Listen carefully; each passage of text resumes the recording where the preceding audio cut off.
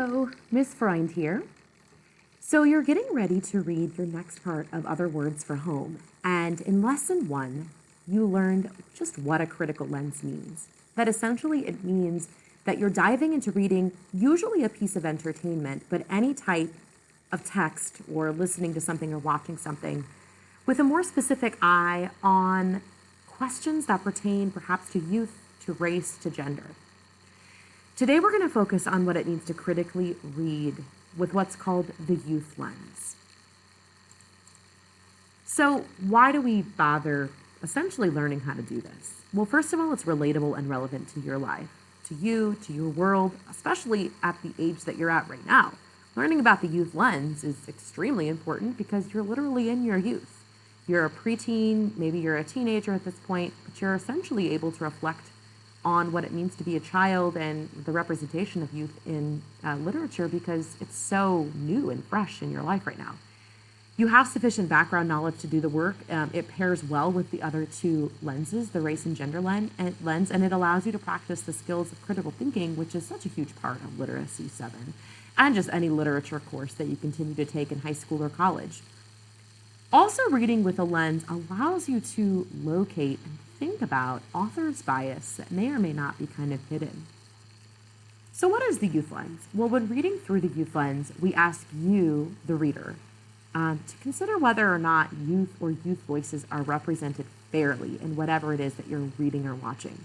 And whether the adult writer, who it's usually an adult writer, someone over the age of 18 who's publishing that work, should have the authority to represent teens in literature or media in the way that they are representing them.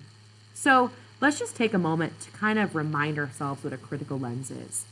If you take a moment to imagine what is different about the world when you have a lens in front of you, well, that's kind of essentially what having a critical lens is all about.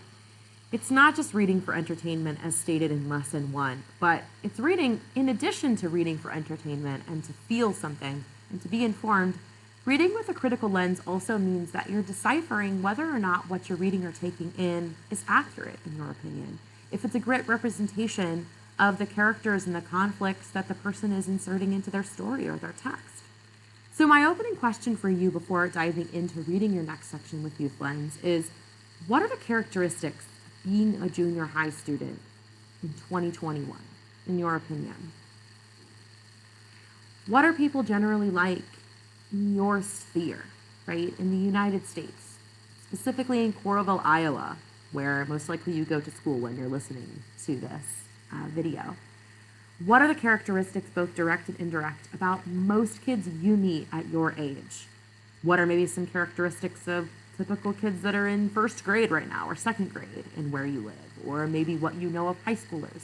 What are some characteristics that you think are pretty fair to say that a lot of kids or teenagers possess?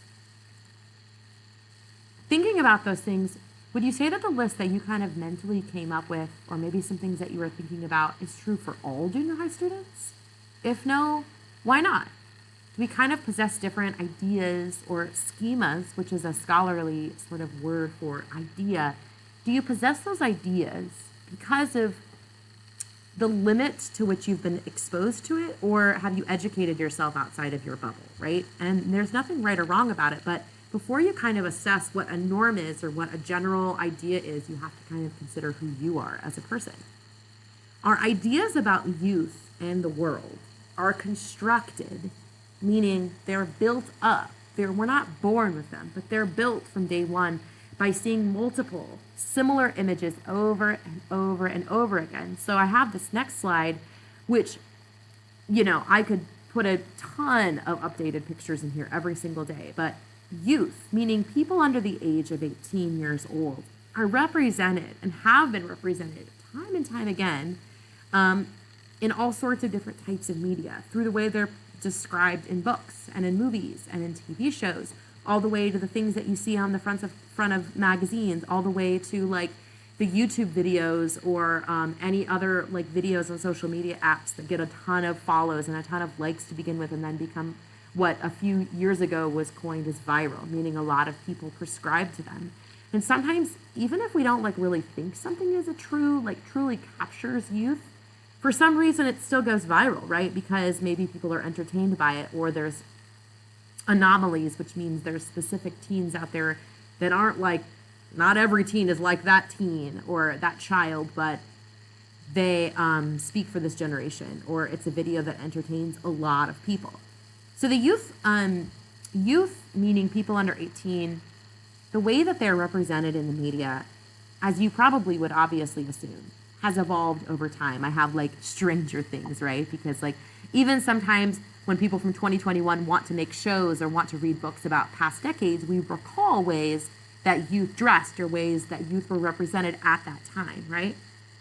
So when we use a critical lens to help us deconstruct, meaning break it down in our mind, representations of groups and texts, in this case, youth, we ask ourselves questions. And so here is where your work begins.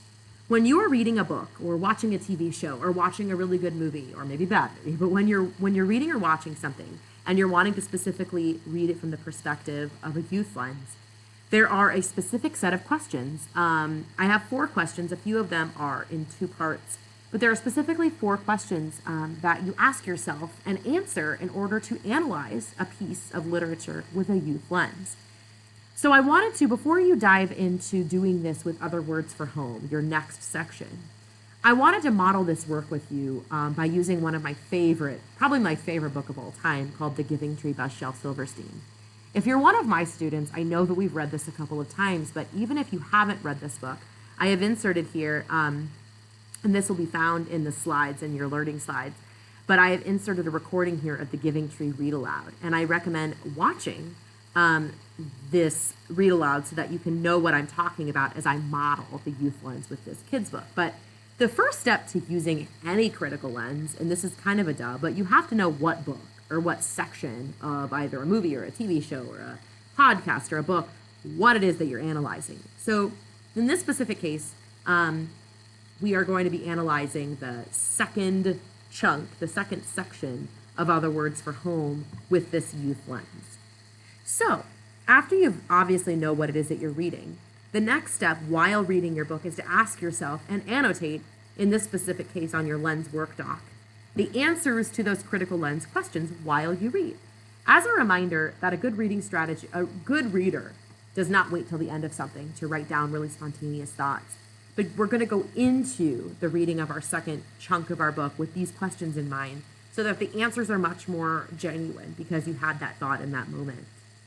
So these are the questions that you're going to ask yourself, and I'm going to model those for you as you go along. So let's imagine that you're diving into your Other Words for Home next section. You're going to ask yourself these questions, and you'll find these on that Youth Lens work doc.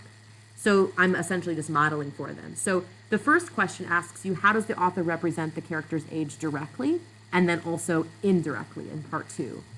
I just said in To Giving Tree, Silverstein has one boy in the book, and he represents him directly as a messy-haired, overall-wearing, shorter child, and we see that directly on the page through the illustrations. His height grows as the boy goes on and ages, but we see him first this way directly on pages 1 through 8. Notice my text evidence. And the author represents the character's age indirectly in these ways. We know on page 3 of the story, and it quotes, "And every day the boy would come," that the boy is a friendly, loyal person to the tree. And we could also infer that he is playful, as he would play, not king, but king of the forest on page 6, and climb up her trunk, right? So indirectly, we see the author just painting this picture of this person directly and indirectly. And directly, we see some traits. Indirectly, we also can infer that because he left the tree on page 12, he was done with this friendship and moving on. So essentially, the first thing you've got to capture is, how does this author characterize this person who is under the age of 18? And by the way, we only have one obvious character in this book, under 18, but in Other Words for Home, you can analyze any character under the age of 18, right? The second question says, what can we infer or guess that the author believes about this age because of the way that they've characterized them? So I said, based upon how Silverstein crafts this youth in the book, I can infer he believes the following: that little kids under 10 are playful, open, loyal, trusting, and kind. Also, I can infer that Silverstein believes kids eventually abandon their mother, which is what the tree symbolizes in this book, or adults that help raise them eventually once they become adolescents. What I'm doing is I'm saying because Silverstein, the author, decided to characterize this youth that way, I could maybe infer that he believes this about youth, that he believes this is something that youth do. Question 3 says, part 1, in real life, do people act this way, in your opinion? And I said, first, what I know about myself is that I am a daughter and a mother, and I can see this from a couple angles. I truly do believe that this is a depiction of youth I find familiar in life. I feel that I've noticed kids trust and play more easily than those that have reached their teenage years. Not to say that teenagers and young adults are loyal and awesome. It's just, oh wait, I meant to say aren't awesome. It's just that I feel there is a natural detachment that occurs. And I have witnessed this in real life, both as a daughter and as a mother, like the boy in the book, teenagers taking for granted those that help them. And in part 2, do you feel this is an accurate representation of youth, given your own perspective, right? So you have to count for your own perspective. And I say, I do. Looking at my responses from part 1, I feel that I have seen characters like this in real life more than not. While one can't or shouldn't generalize people and put them into stereotypes, I do think there are patterns in human behavior.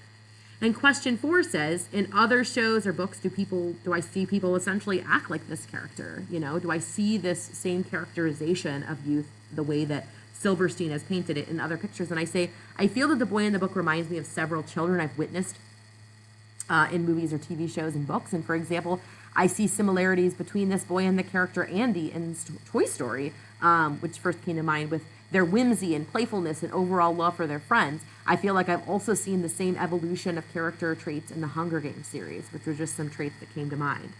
So what is your last step, or where do you take it from here? Well, now you're going to, in your learning slides, you see in step number 2, there's the Youth Lens work doc. You're going to open that up, and that is where you'll see on the left-hand side of the table, you'll see the question, the critical lens questions, and that as you read your next section of Other Words for Home, pages 101 through 173, you are going to annotate your responses to those questions using the story of Other Words for Home. You're specifically going to reference parts in that section you're reading, but if you want to reference past parts, that's fine as well. You're just essentially getting the practice of using a youth lens. When you are done with reading your section and doing your youth lens work for this section of the book, you will hit the blue share button on that doc and share your copy with your literacy teacher. See the learning slides for the rubric. If you have any questions about this work, email or see your literacy teacher. Good work, scholars.